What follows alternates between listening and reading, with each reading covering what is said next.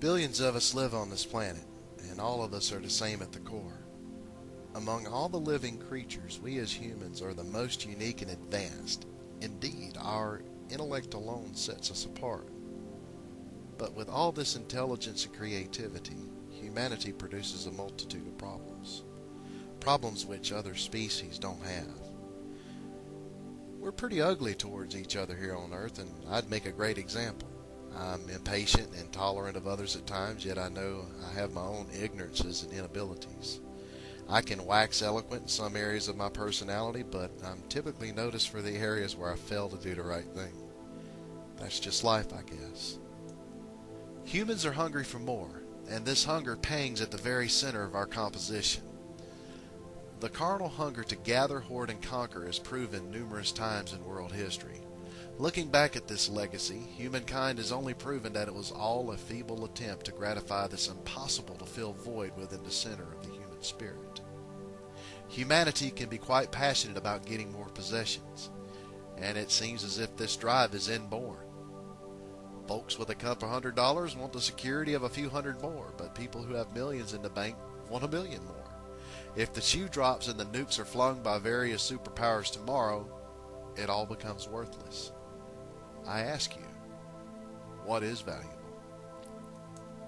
As one gathers wealth, it seems as though there is a need to demonstrate monetary status. These trophies of our production would be cars, jewelry, extravagant houses, the shiny stuff. Look around you while you're on your next outing. Symbols of successfulness are all over the place. Some even drive their shrines of success. Ever see a guy who lovingly polishes the chrome wheels on his car and then spends every little bit of extra money that he has on it? It almost looks as if he is worshiping the vehicle. And in a way, he is. Never to have enough trophies of success, it seems as if humans are incessantly working for more. Unwittingly, we toil, not grasping the concept that we can't have it all. If the goal of monetary success is set impossibly high, we can quite often feel as though we're failing. I have a news flash. Even if a person had all the money in the world, he or she would still want one more thing. Don't shake your head in disagreement yet, because quite often millionaires are disillusioned by their wealth. And when money and success aren't numbing the pain of an empty soul, they turn to dope and other carnal pleasures. There have been quite a few occasions where rich and famous people are found dead by their own hands because they could not fill the void in the center of their soul. Well then, this calls us to reason. What is actually fulfillment, and where can the seeker find wholeness? Imagine if you could merely speak other life forms in likeness to yourself into existence. These life forms would be of you.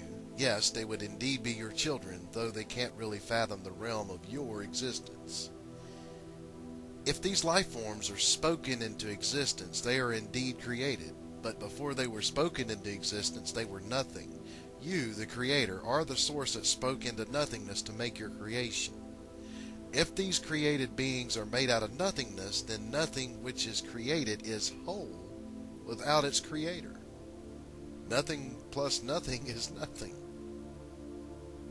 The only place where your created beings would find wholeness and substance would be in you. You would be God to your created beings. What if your creation began to disobey, sinning against you? What if some began to push back and others openly denied your existence?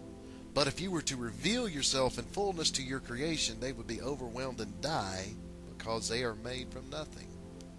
How then? How can you make your creation understand their sin and give them a way to save themselves? Somehow you would have to step into your creation, veiling yourself so that your fullness is not seen, so that you can dwell among your beloved to save them. The previous scenario is just to open your mind and to get you thinking. But the reality of our existence is that we are created beings, and it is our natural propensity to crave fulfillment. But quite often the seeking of this completion is misguided by carnal desires. When we try to fulfill ourselves with more of what has been created, we just have more created stuff, which is effectually nothing. Fulfillment can only be found in God. for he is wholeness. Yes, indeed, our holy God is where you can be completed. Ancient believers likened the soul to water. The soul flows wherever we direct our affections to. If we just pour our soul into creation, there is no cohesiveness. We'll be a mess. We can find containment and fulfillment for our soul in Jesus. Christ is the very essence of our wholeness. We must direct the flow of our soul toward God, for he is our only hope in keeping us from making a mess of our soul. He is completion. He is fulfillment. I invite you to see for yourself in John chapter 1. It's a beautiful story of our Lord stepping into